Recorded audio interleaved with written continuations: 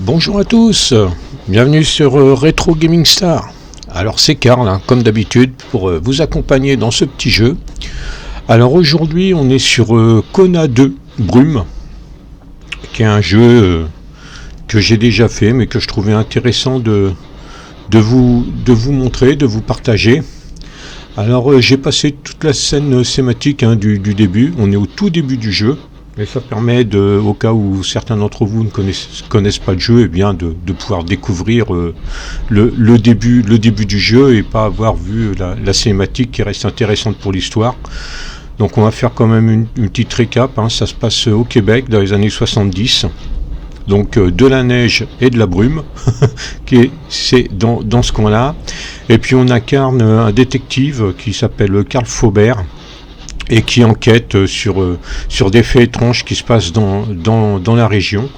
Donc c'est un jeu qui va mêler aventure, recherche et aussi eh bien action, parce qu'il n'y a pas que des personnes avec des bonnes intentions sur cet endroit. Donc là on est vraiment au tout début du jeu. Alors je me souviens pas de tout dans ce jeu là, parce que depuis j'en ai fait quelques-uns. Et donc, eh bien, on va partager ensemble les débuts de l'aventure. N'hésitez pas, hein, c'est une toute nouvelle chaîne, donc n'hésitez pas à vous abonner, à liker, à partager tout ça, et puis à faire en sorte, eh bien, que la chaîne se développe, qu'on puisse on regarde quand même s'il y a des petites choses, des fois on ne sait jamais. Que la chaîne se développe et puis que vous puissiez partager avec moi le plaisir de jouer, le plaisir des jeux vidéo. Alors là, on n'est pas vraiment dans le rétro gaming, hein, c'est un jeu qui est pas si vieux que ça. C'est un jeu qui avait été plutôt apprécié, hein, je crois qu'il a une note Metacritic de 80, si mes souvenirs sont bons. Donc c'est quand même pas anodin, quoi. C'est quand même un jeu qui avait plu, et il a de quoi plaire. Alors il y a quelque chose d'intéressant dans ce jeu, c'est que au niveau des actions, eh bien, si par exemple on vous demande de faire une action et qu'elle ne peut pas être faite sur le moment, eh bien c'est que il y a quelque chose à faire en plus qui n'a pas été fait, c'est que vous avez oublié quelque chose avant de pouvoir faire cette action-là. Donc ça va permettre, eh bien, de découvrir le jeu. Alors on a un inventaire, comme là il y a ici par exemple, l'action ne peut pas être faite parce qu'avant de pouvoir faire cette action là, eh bien il y a autre chose à faire. Alors bien, s'il y a une arme, hein, c'est qu'il y a une raison. C'est que on va en avoir besoin dans ce jeu.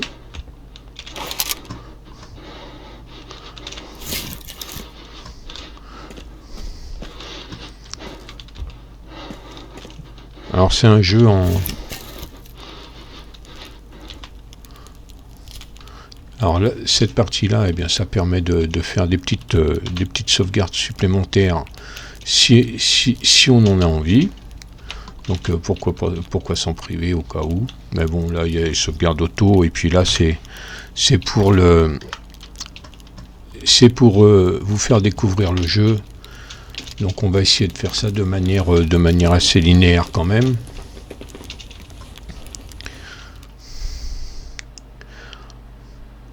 Alors après vous allez voir en extérieur, c'est tout de suite un petit peu plus glauque. Et puis eh bien on va vraiment commencer l'aventure.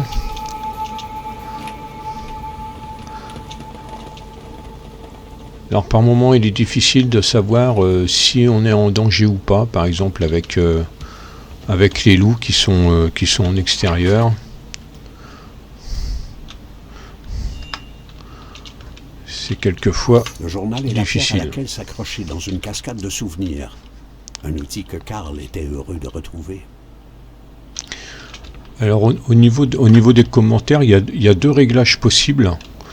Il y a le réglage simple que moi j'ai choisi et il y a un réglage un petit peu plus complet où vraiment tout est détaillé dans le jeu. Mais je trouve que c'est un peu trop présent. Donc je trouve que là c'est une bonne.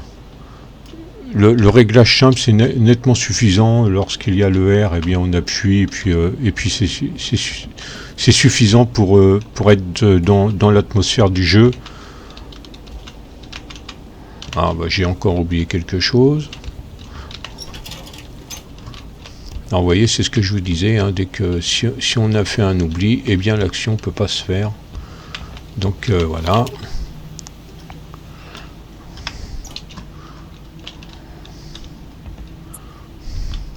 On a son petit inventaire qui se contrôle tranquillement à la molette.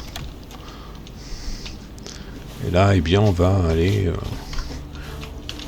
Alors c'est un jeu, je sais pas s'il demande beaucoup de ressources. Personnellement, là il tourne avec la RTX 4070. Donc on se pose pas cette question de savoir s'il y a besoin de ressources ou pas. Pour un jeu comme ça, c'est amplement suffisant. C'est largement suffisant. Ça passe tout seul. Donc on doit faire attention dès qu'on se met à courir, parce qu'on a une jauge d'endurance qui diminue assez rapidement. Donc faut être prudent à ce niveau-là. Parce que quelquefois on pourrait éventuellement avoir besoin de courir. Donc si la jauge d'endurance elle est vide, eh bien vous avez bien compris qu'on est en difficulté. Une majestueuse demeure se laissait apercevoir au loin. Comme une forteresse, elle surplombait la région. S'agissait-il vraiment du manoir? Karl avait peine à se croire déjà si près de son but. Ce qui est appréciable aussi, c'est qu'il est entièrement en français. Ça, c'est vraiment appréciable.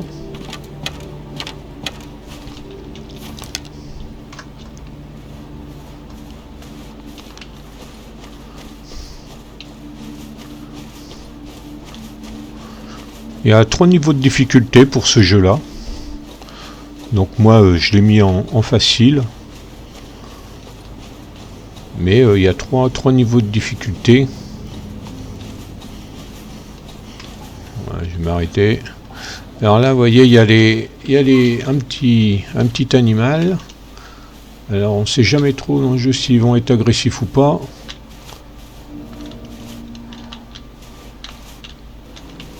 Lui, et c'est pas le cas.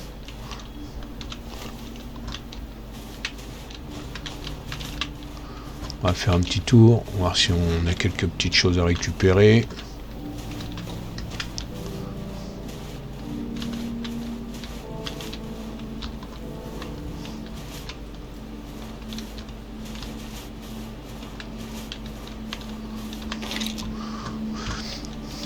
C'est ça qui est agréable avec ce genre de jeu, c'est qu'on peut facilement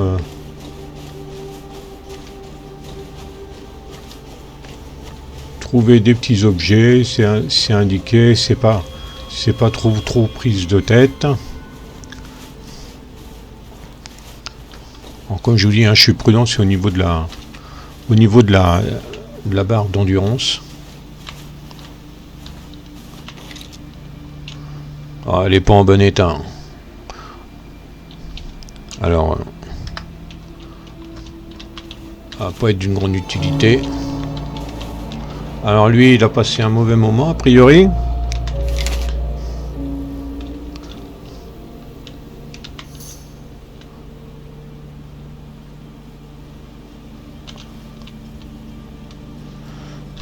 On va relever les petits indices.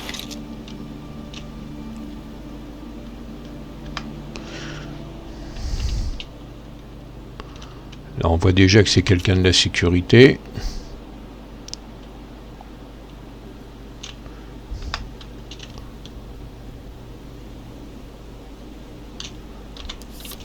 Une carte d'accès. Récente comme technologie. Surtout pour un complexe minier du Grand Nord. Que pouvait-elle bien ouvrir? Alors c'est un jeu où il faut essayer quand même de fouiller, d'être précis, de rien oublier, parce qu'autrement il y a obligation de revenir en arrière, donc c'est pas obligatoirement plaisant.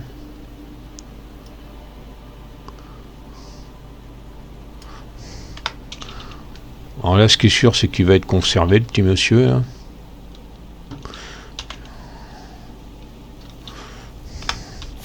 Là, je crois que j'ai fait le tour pour ce qui est d'ici.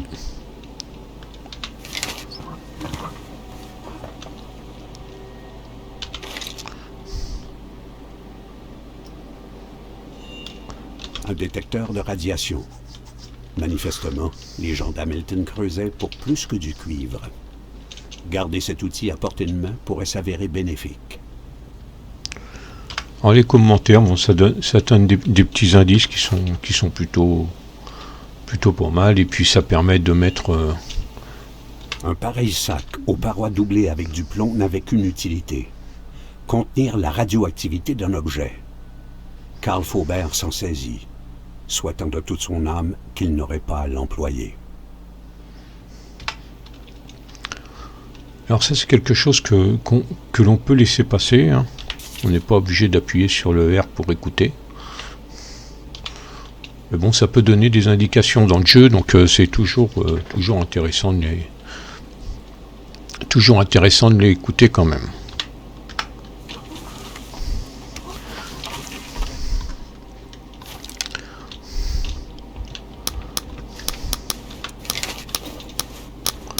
Ah, ça grisaille par là. J'ai plus trop de souvenirs dans ces coins-là, je me souviens plus trop de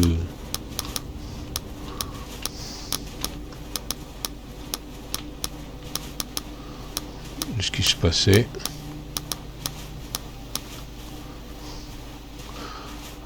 À mon avis, on va aller vers la source. On s'en approche grandement.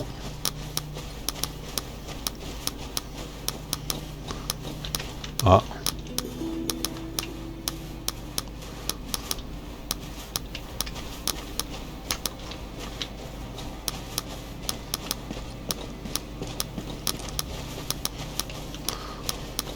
C'est un jeu qui est plutôt graphiquement qui est plutôt pas mal, hein. C'est propre, quoi. Ça n'a rien d'extraordinaire comparé à certains jeux, mais on peut pas dire que ça soit non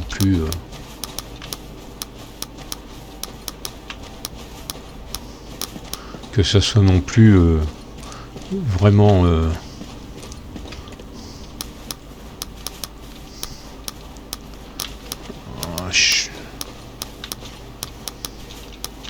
Ah, alors là on arrive à un formidable endroit.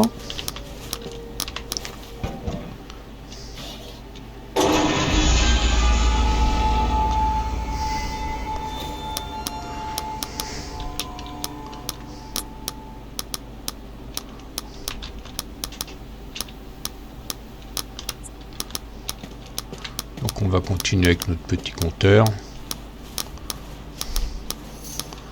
J'aurais bien aimé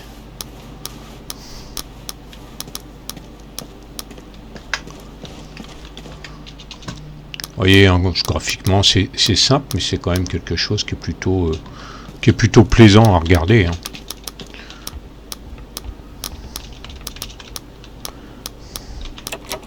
Voilà.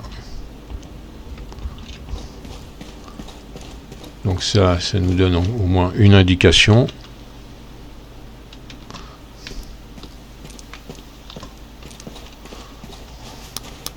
Il faut qu'on voyage un peu ailleurs.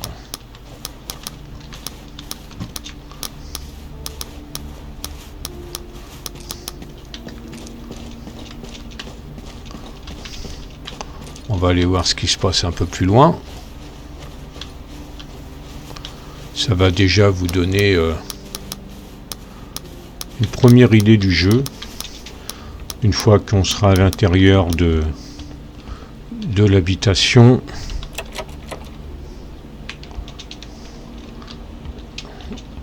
Si j'arrive à y rentrer, si je me souviens comment on fait. Ouais, je m'en souviens plus d'ailleurs. On va essayer de voir si on trouve un petit quelque chose par là. Ah bah ça va aider ça, hein. Ça va aider.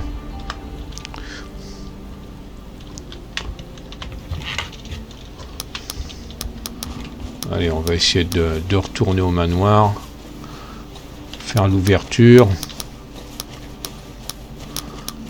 Si vous aimez ce style de jeu, n'hésitez pas parce que c'est vraiment un jeu qui est vraiment superbe à jouer. C'est une belle aventure, une belle enquête et avec des phases d'action intéressantes.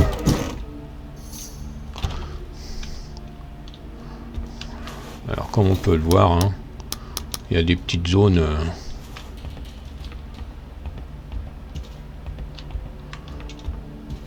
Alors moi je suis toujours en sorte de ne pas aller au but directement, je fouille un petit peu au fur et à mesure, ça évite d'avoir à revenir dans les lieux.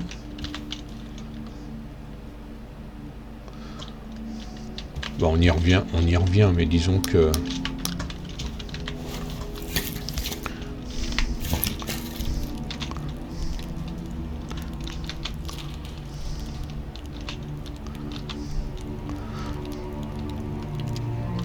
la sauvegarde auto, ouais bah c'est bon, ça va passer.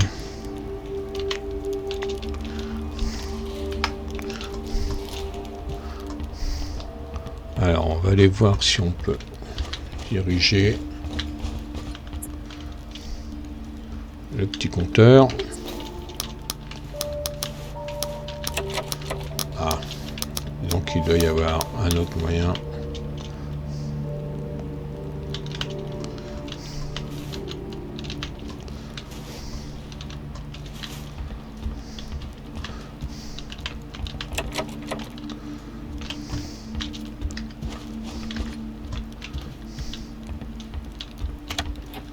Voilà. On va s'y approcher petit à petit. Donc voilà les amis, on va s'arrêter là pour la présentation du jeu. Ça vous donne un premier aperçu du jeu, de la façon dont ça se déroule, de la façon d'y jouer. Donc n'hésitez pas hein, pour profiter d'autres petites aventures comme ça sur des jeux dont on n'entend pas beaucoup parler ou moins parler ou qui sont plus dans l'actualité mais qui restent néanmoins des très bons jeux à jouer. Ça c'est vraiment, je vous l'assure, c'est vraiment une superbe aventure. Si vous aimez ce style de jeu, c'est vraiment une superbe aventure à faire. N'hésitez pas, vous pouvez y aller les yeux fermés. Et puis moi je vous dis à bientôt. N'hésitez pas à vous abonner, à liker, à partager cette chaîne pour qu'elle puisse être connue, qu'elle puisse se développer. Et puis moi, je vais continuer à vous proposer des petits jeux, des jeux rétro, des jeux plus récents. Et sur ce petit principe-là, si vous avez des idées, n'hésitez pas à donner des idées. Si vous avez des jeux anciens que vous auriez envie de revoir, que je vous représente, que je vous donne mon avis dessus, eh bien n'hésitez pas à le faire en commentaire. Et puis eh bien je vous dis à bientôt à tous. Merci d'avoir suivi cette petite vidéo, ce petit jeu. Et puis à bientôt les amis. Allez, c'était Kerak. Et je vous dis à la prochaine. Salut!